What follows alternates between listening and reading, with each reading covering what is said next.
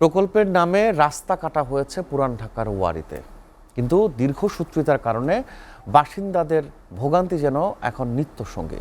স্থানীয়রা বলছেন, অপ্রয়োজনীয় এসব প্রকল্প আর বিভিন্ন সংস্থার বারবার রাস্তা কাটাকাটিতে দুর্ভোগ লেগেই থাকে সারা বছর।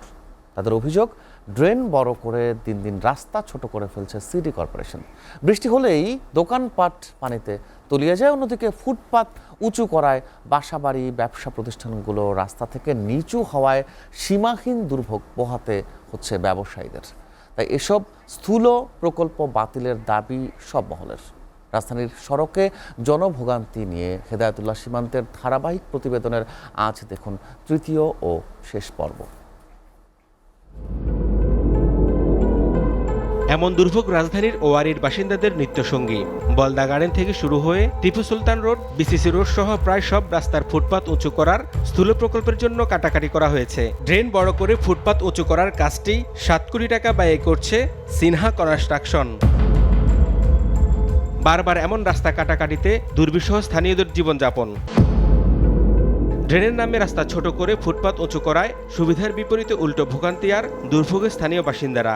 আগে ড্রেন তো ভালো ছিল, এখন এত মোটা দরকার নেই আমাদের জন্য। একজন রোগী মানুষ অসুস্থ হয়ে গেছে, তাকে অ্যাম্বুলেন্সে নিয়ে যাব। এই রাস্তা কাটাকাটির কারণে এই রোগী মানুষ অ্যাম্বুলেন্সে নিয়ে হাসপাতালে নিয়ে যেতে যেতে রাস্তায় মারা যায়। একজনের সিন্ডিকেট তাদের নিজস্ব স্বার্থ উদ্ধারের জন্য এই কাজটা করতেছে। তারা দেখাচ্ছে 2 কোটি, 3 কোটি, 4 কোটি, 5 কোটি, মানে যতটুকু তাদের পেট ভরা দরকার। কারণ এই টাকাটা রাজুক থেকে শুরু করে এবং টপ লেভেল থেকে শুরু করে ফ্রম টপ টু বটম সবাই এই টাকাটা পায়। এমন প্রকল্পে ক্ষতির সম্মুখীন ব্যবসায়ীরাও। দোকানপাট নিচু হওয়ায় যাতায়াতেও বিঘ্ন ঘটছে। বাড়ি থাকবো উঁচা, রোড থাকবো নিচা, যাতে বৃষ্টির দিনে কোনো পানি না ঢুকে।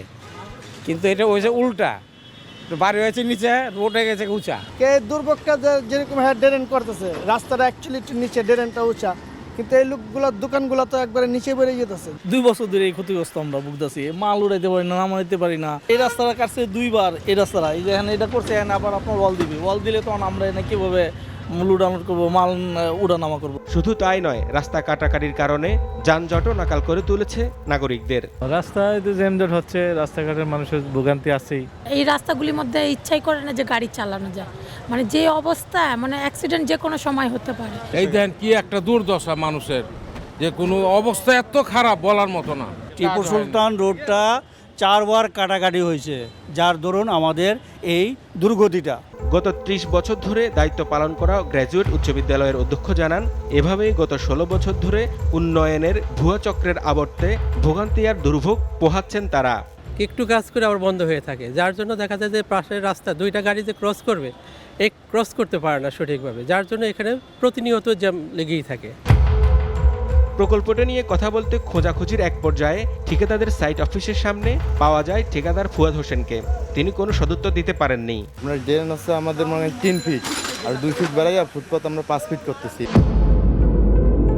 অফিসের ভিতরে দেখা মিলে সিটি কর্পোরেশনের আঞ্চলিক কর্মকর্তা মাহফুজার।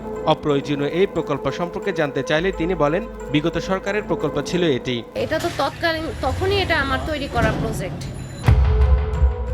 বিনা ভোটের মেয়ররা তাদের পকেট ভারী করতেই পুরো সিটি কর্পোরেশনকেই দুর্বৃত্ত বানিয়েছে এমন অভিযোগ করে বিএনপির কেন্দ্রীয় নেতা ইশরাক হোসেন বলেন, কাজ না করে শতভাগ টাকা হাতিয়ে নেওয়াই ছিল তাদের মূল লক্ষ্য।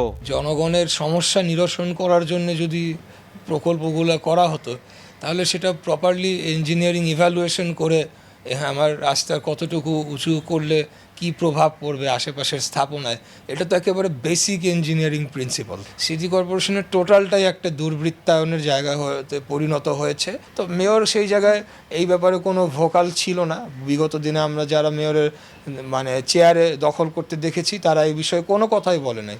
কিন্তু তার আগে আমার বাবা যখন মেয়র ছিলেন, উনি কিন্তু এই সমস্যাটির কথা বারে বারে বলেছেন। 20 সালে যে নির্বাচনটি হয়েছিল, যেটিকে রীতিমতো ডাকাতি করে, চুরি করে আপনার দক্ষিণে মেয়র তাপস এবং উত্তরে মেয়র আতিক, আমি তাদেরকে মেয়র বলতাম না কখনোই, আমি তাদেরকে বলতাম যে প্রশাসক, সরকারের নিয়োগকৃত প্রশাসক।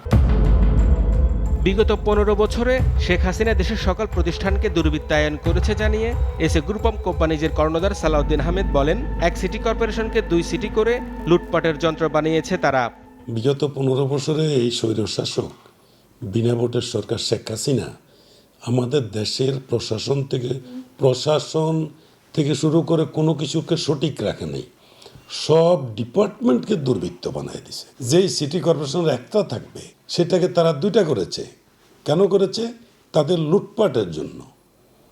সরকারি টাকাটাকে, জনগণের টাকাটাকে ভাগ বাটোয়ারা নেওয়ার, ভাগ বসাইবার জন্য তারা 2টা করছে। এটা 2টা হওয়া উচিত ছিল না।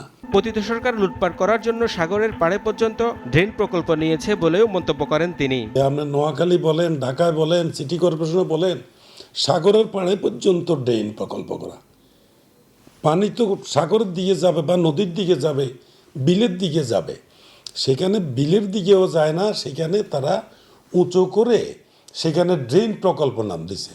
তো এটা তো জনগণের কল্যাণে নয়। দোকানের সামনে বা মলের সামনে উঁচু করে সেখানে আপনার ড্রেন প্রকল্প বানাইছে।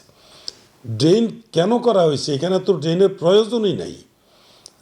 মানে যে ড্রেন পূর্বে থেকে ছিল সেটা হইল 1 ফিট, কিন্তু এটারে অনেক চৌড়া করে, অনেক উঁচু করে মানুষের দোকানে যাইতে পারেন না, দোকানে গেলে সিঁড়ি নামতে হয়।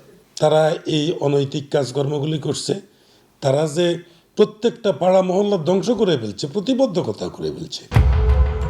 আর স্থানীয় বাসিন্দাদের সুযোগ সুবিধার কথা চিন্তা না করে ড্রেন উঁচু করা সমীচীন নয় জানিয়ে বুয়েটের অধ্যাপক শামসুল হক বলেন, প্রাগৈতিহাসিক নিয়মে চলছে রাজধানী উন্নয়নের কাজ, যার মূল উদ্দেশ্য পকেট ভারী করা। বিজ্ঞান বলে কোথাও যদি জলাবদ্ধতার জন্য আমি ওপেন ড্রেন করি অথবা সাবসারফেস ড্রেনও যদি করি, এই রাস্তার উচ্চতা এবং ড্রেনের উচ্চতা যে আশেপাশের অ্যাবাটিং প্রপার্টিগুলি আছে তার প্লিন্থের থেকে যেন অনেক নিচে থাকে।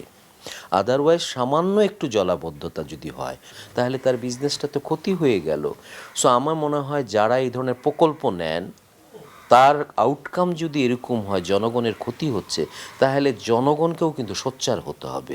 সিটি কর্পোরেশন সহ অন্যান্য সংস্থার দুর্নীতি বন্ধে অন্তর্বর্তী সরকারকে একটি সার্জিক্যাল অপারেশন করে যাওয়ার আহ্বান জানান অধ্যাপক শামসুল হক। এই সরকার কষ্ট হলো, সময় হলো, এই জায়গায় একটা অপারেশন, সার্জিক্যাল অপারেশন করে যেতে হবে। হেদায়েতুল্লাহ সীমান্ত, এসিটিভি, ঢাকা।